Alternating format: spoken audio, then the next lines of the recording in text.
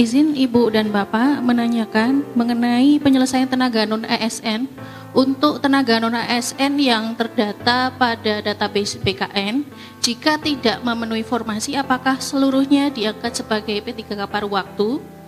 Dan apakah pemerintah daerah memiliki opsi harus mengangkat seluruhnya menjadi P3K paruh waktu atau ada timelinenya sendiri? Sementara untuk substansi kebijakan P3K paruh waktu adalah rancangan jabatan. Jadi ketika nanti sudah ada list P3K paruh waktu, apakah dari instansi daerah harus membuat rancangan jabatan yang bisa diisi oleh P3K paruh waktu tersebut, Bu? Terima kasih. Bu, nanti apakah semua non-ASN itu akan menjadi P3K? Betul begitu, Bu ya? Kemudian kalau yang kena verbal BKN bagaimana nasibnya, begitu ya, Bu ya? Ya, kemudian bagaimana rincian jabatan untuk P3K paruh waktu? Apakah jabatan-jabatan tertentu yang diisi oleh P3K paruh waktu? Bu Sriwit mungkin sakit langsung dijawab, kemudian nanti kita berikan kesempatan berikutnya. Monggo Bu Sriwit. Gak apa-apa, nanti dibantu Pak Yudi ya. Terima kasih Bu Fitri ya, ini bagus banget. Memang kemarin ini kan muncul ya, kenapa muncul paruh waktu ya, karena kita ingin menyelesaikan tenaga non-ASN semuanya. Dan non-ASN semuanya ini tentu saja prioritas yang di 2024 sekali lagi ya, untuk yang di database BKN.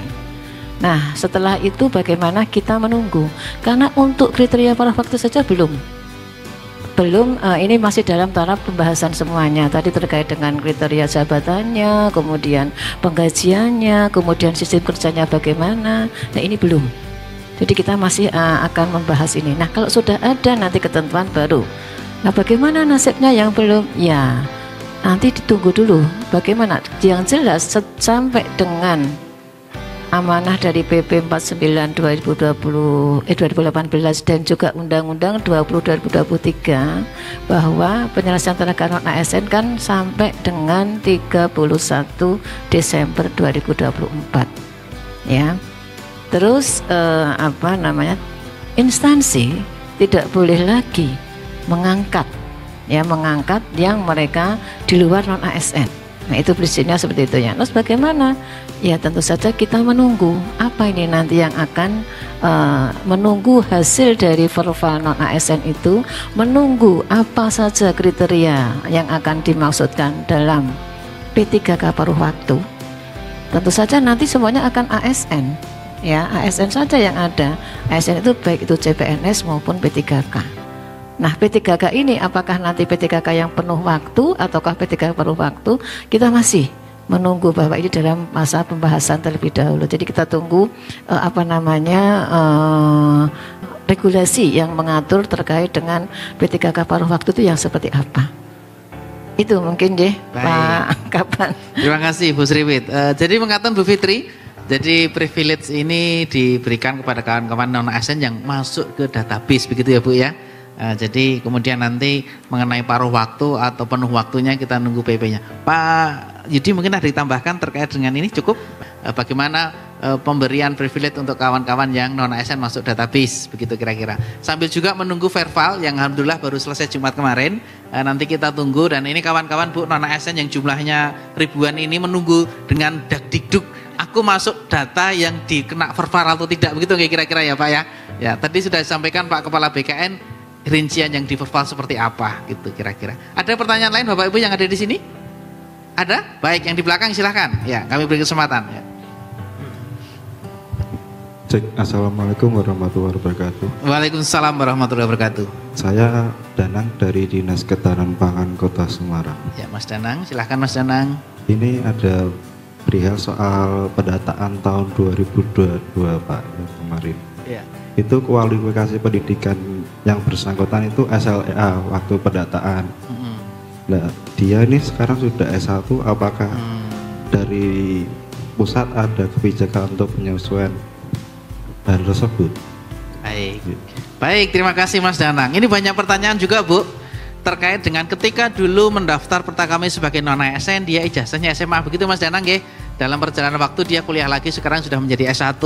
Nah apakah nanti pengangkatannya menjadi P3K menggunakan ijazah terakhir atau ijazah waktu penempatan? Dan ada juga Bu yang kawan-kawan ini kami sampaikan juga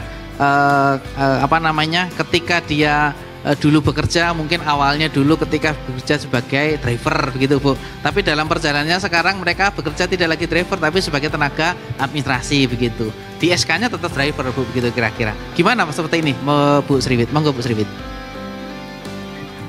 Ya, kalau yang bersangkutan pada saat dilakukan pendataan itu SLTA, kemudian sekarang dia sudah S1, tentu saja nanti akan dilihat apakah ini sudah diusulkan pada saat kemarin perincian kebutuhan tidak ya. Mestinya kan disampaikan itu informasi bahwa sekarang ijazah yang terupdate saat ini apa, untuk bisa menentukan apa, menentukan jenis jabatannya. Karena jenis jabatan ini sangat mempengaruhi sekali. Jabatannya ini terkait dengan kualdiknya. Kok tadi sampaikan Pak Kepala juga, karena 52.000 sendiri itu kan di bawah S1, itu kan data yang ada di BKN. Nah nanti pada saat kemudian dikeluarkan, pada saat dikeluarkan formasinya, ternyata dia yang bersangkutan mungkin sudah S1. Nah nanti sangat berpengaruh terhadap formasinya, formasi jabatannya. Ketika formasi jabatannya memungkinkan bahwa S1-nya itu bisa masuk ke jabatan fungsional, ya pasti menggunakan itu ya. Nah itu harus dilihat juga. Dan ini mestinya kemarin disampaikan pada saat perincian kebutuhan yang sudah kemarin BKN ini ya dilakukan di BKN untuk bisa kemudian menjadi data yang terupdate. Tapi ini tidak lepas dari jabatan yang kemudian akan diputuskan atau ditetapkan untuk diisi. Itu ya. Kemudian tadi apa? Yang itu Bu, kawan-kawan tuh kadang-kadang non-ASN tuh berkembang Bu. Awalnya beliau dulu masih SMA, pakai rekrutmennya awal pakai driver misalnya gitu Bu. Dalam perjalanannya karena beliau kuliah lagi, cerdas, bahkan menjadi seorang prakom begitu, atau mereka yang menjadi programmer begitu misalnya Bu. Itu apakah nanti kemudian juga bisa diangkat dalam jabatan yang sesuai dengan ijazah terakhir, atau masih menggunakan SK pengangkatan awal begitu Bu kira-kira? Saya ini harus ini juga ya, karena ini terkait dengan hasil verval. Hasil verval itu kan salah satunya adalah ada SK jabatan tadi ya. Iya. SK jabatan itu menjadi juga pertimbangan. Nah itu nanti memang akan dilihat dari hasil verbalnya bagaimana gitu ya. Nah kalau ternyata yang bersangkutan itu misalnya dulu itu SMA, dapatnya driver kan tadi tidak termasuk harusnya yang di dalam data. Kalau melihat dari tadi surat Menpan yang 2022, sebenarnya dia tidak termasuk dalam yang dimasukkan ke dalam database-nya BKN. Nah tentu saja ini nanti memang ketika yang bersangkutan tidak lagi menduduki jabatan driver misalnya ya, bukan lagi driver, nah mestinya kan harusnya masuk, tetapi ini kan belum ada pendataan di luar database. Ya belum ada pendataan di luar database. Nah kalau memang yang bersangkutan mungkin ini nanti usianya masih di bawah 35, CPNS lah. CPNS ya Bu. Ya, kalau memang ternyata usianya, jadi harus dilihat juga ya. Kalau usianya lebih, nah ini pasti juga akan ada treatment berikutnya setelah 2024 ini kita fokus prioritas kepada yang ada di database BKN. Terkait dengan manajemen talenta Bapak Ibu sekalian, kadang-kadang kan ada isu suatu jabatan itu terkait dengan politik, apabila ada jasa politik itu yang akan menduduki jabatan tersebut lah. Terkait dengan manajemen talenta ini gimana untuk meyakinkan bahwa satu jabatan itu betul-betul diisi oleh orang yang terbaik gitu, sesuai dengan hasil dari manajemen talenta ini seperti itu. Kemudian nanti apakah setelah manajemen talenta ini sudah berjalan, selanjutnya untuk prosedur pengisian JPT Pratama bagaimana, apakah masih ada lelang jabatan atau gimana? Ingatan matur nuwun. Jadi memang salah satu tujuan dari manajemen talenta itu kan kita ingin supaya ada fairness dalam pengisian jabatan ya. Jadi kepada pegawai-pegawai yang sudah bekerja sangat baik dari aspek hasil kerja maupun perilakunya itu bisa mendapatkan apresiasi dari pimpinannya masing-masing untuk diusulkan masuk dalam talent pool seperti itu. Jadi kepala daerah dalam konsep seperti ini ya dia harus memastikan betul orang-orang yang diusulkannya itu kinerjanya seperti apa di lapangan gitu. Kalau kinerjanya masih di bawah baik ya ini tidak bisa Pak Karena yang bersangkutan itu minimal kinerjanya baik gitu. Dan potensinya kalau dia baik ya potensinya harus tinggi gitu. Ya, justru dengan manajemen talenta ini kalau pimpinan ada dalam tanda kutip kepentingan, ya pastikan dulu bahwa calon yang diajukannya ini memang di lapangan itu memang sudah dari sisi kinerja maupun dari sisi potensinya ini tinggi, Pak. Kalaupun tetap dipaksakan, ya harusnya diberikan kesempatan, buktikan dulu kinerja yang bersangkutan di jabatan yang ada saat ini atau dimutasikan di jabatan yang lain dulu.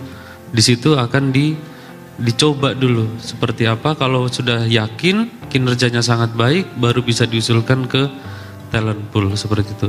Jika ada teman saya yang masuk database, kemudian pengen mendaftar di beda OPD, apakah bisa diperbolehkan? Yang pertama itu. Yang kedua, jika ada teman-teman saya yang mungkin masih berijazah SMA, apakah yang belum yang terlambat update kemarin untuk statusnya yang sekarang masih S1 atau yang D3, apakah masih bisa diberikan kelonggaran untuk update itu? Karena ya melihat dari Dinas Sosial sendiri ada 14 berijazah SMA dan D3 juga banyak. Terima kasih nih, luar biasa pertanyaannya Mas Hirman ini, dan tetap semangat bekerja di Dinas Sosial. Yang pertama-tama kaitannya dengan apakah boleh mendaftar, tentu saja kita akan melihat ya bahwasanya saat ini adalah menyelesaikan tenaga non ASN. Tenaga non ASN itu adalah salah satu kriterianya adalah dia bekerja pada instansi tempat dia melamar, di instansi tempat dia bekerja.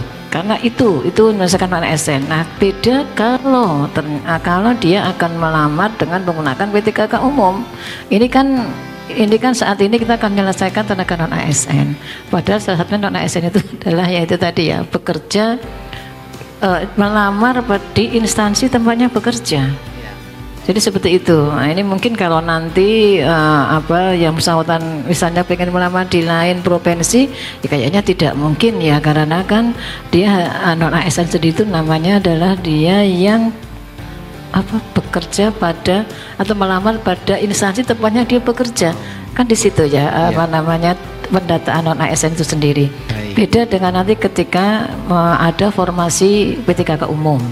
Nah ini ya. Kemudian kalau yang update pendidikan, nah ini mudah-mudahan nanti di dalam formasinya Menpan itu menyebut bahwasanya ketika yang bersangkutan ini misalnya diangkat dalam jabatan fungsional apa, nah misalnya dia ada rincian kalau ijazahnya SLTA, kelas jabatannya adalah 5, ijazahnya D1, D2, kelas jabatannya berapa. Nah ini menjadi bisa terupdate.